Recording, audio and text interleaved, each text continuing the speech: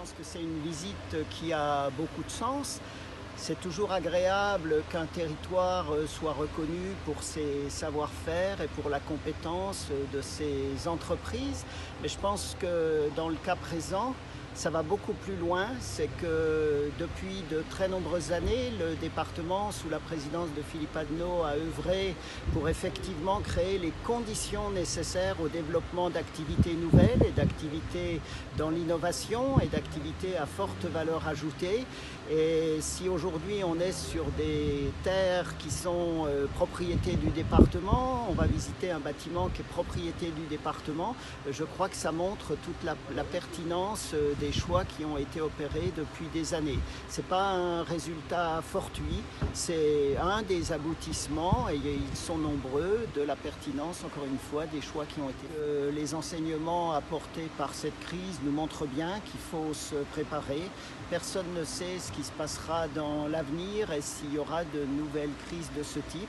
Mais je pense que si ça arrive, ce que personne ne souhaite, on sera mieux préparé. Et en tout cas, il faut procéder au stock nécessaire pour pouvoir réagir le moment. L'Aube est apparue en tête parce qu'il y a un savoir-faire, une tradition textile qui permet de réagir. Mais il y a aussi beaucoup d'innovation et c'est la conjugaison de ces deux atouts, je crois, qui a fait que ce territoire a pu être en pointe sur ces sujets. Monsieur le Président du Conseil départemental, Monsieur Pichery, Monsieur Froid, PDG de Biosérénité. Bonjour madame. Bonjour, je vais faire votre connaissance, bravo. Et Madame Pirouet, la déléguée territoriale de l'ARS. Bonjour, merci d'être là également. Moi aussi, voilà. Ouais. Donc nous allons faire deux sites. Le site ici qui est un site bien traditionnel, même si on n'est pas très ancien. C'est un site qui fabrique des techniques. Attention, vous avez le numéro. Donc ça c'est votre cœur de métier. C'est notre cœur de métier, voilà, pour lequel on a ici une usine qui fait les produits, la mise au point, tout ce qui est petite série, et puis les séries importantes. Oui. Et que c'est une grosse variation dans l'année, avec vraiment l'accélération et la montée. Donc c'est-à-dire qu'on a aussi bien des ingénieurs textiles comme Marion, que des ingénieurs matériaux, que des gens électroniques, que des gens logiciels, que des médecins, que des infirmières, et on va jusqu'à l'hôpital. De nos bâtiments, donc en fait on est sur du tricotage circulaire comme vous pouvez voir.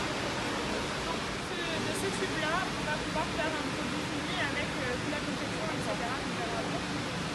Et donc on intègre directement en tricotage toutes nos électrodes qui permettent de là, par exemple, récupérer un signal ECG.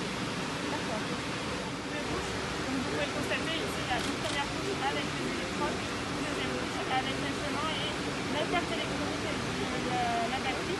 Vous pouvez voir une carte électronique qui va être fonctionnelle et qui va permettre de recorder du patient 24 heures sur 24, 7 jours sur 7 pendant 30 jours.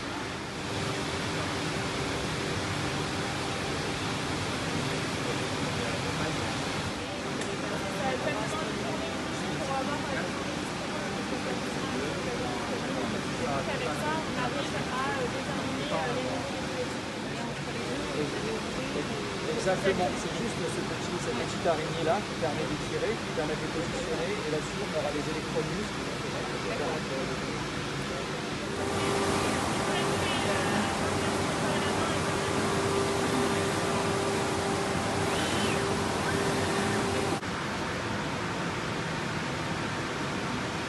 Oui, c'est top.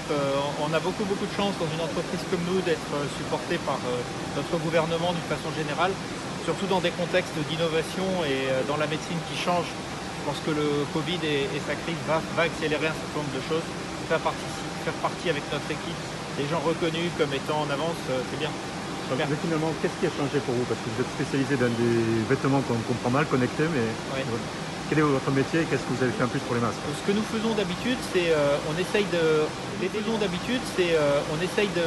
d'aider les hôpitaux en général avec des vêtements connectés et d'autres solutions techniques à faire des actes médicaux beaucoup plus efficients, moins chers, qui reviennent moins cher, qui sont plus faciles à faire, qui demandent moins de spécialité.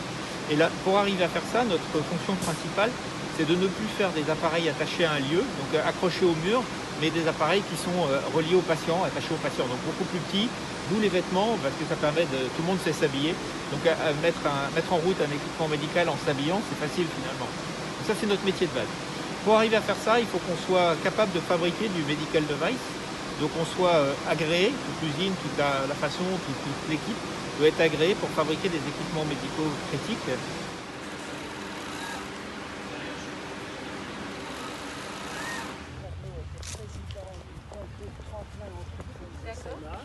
Et donc, ils ont été en contact, et donc ils ont vu l'intérêt.